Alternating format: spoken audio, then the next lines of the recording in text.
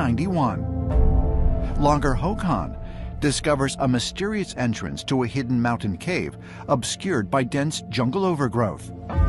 The cliffs leading down to the entrance are so steep he cannot explore it further, but he notes its location. Nearly 2 decades later, the British Cave Research Association finally explores the cave.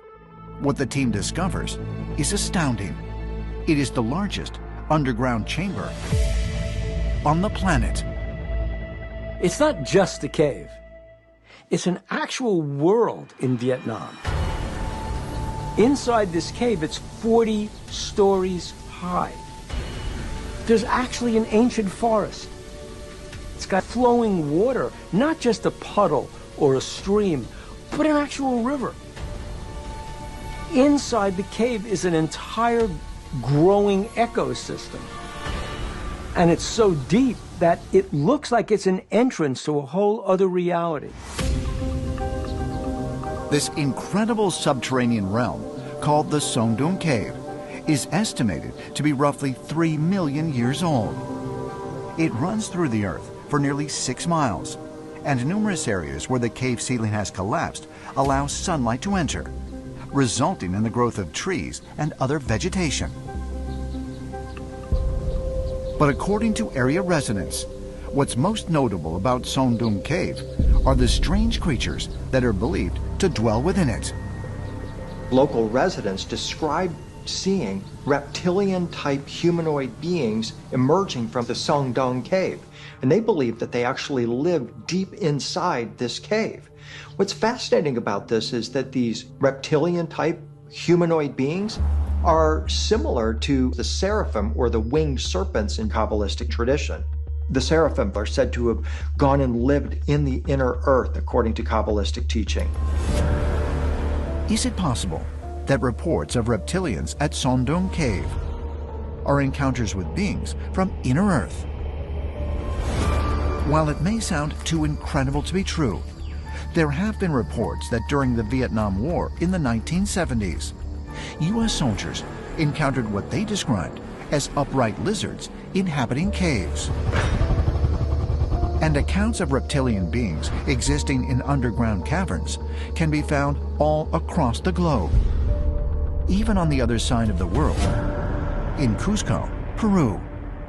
Throughout Peru and around Cusco particularly, there are many, many stories of a tunnel system that has something to do with serpent deities, which they call the Amaru there.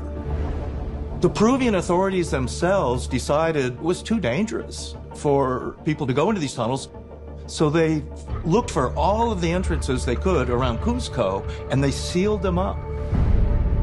And this is a well-known story within Peruvian history.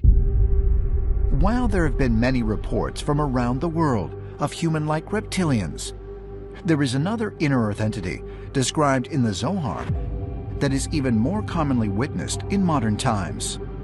According to Zoharic literature, there are beings inside the earth having large black eyes and a nose that leaves only 2 dark holes on the face.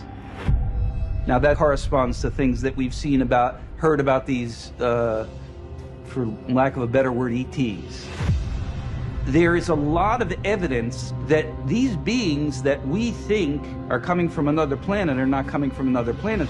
They're coming from inside our own Earth.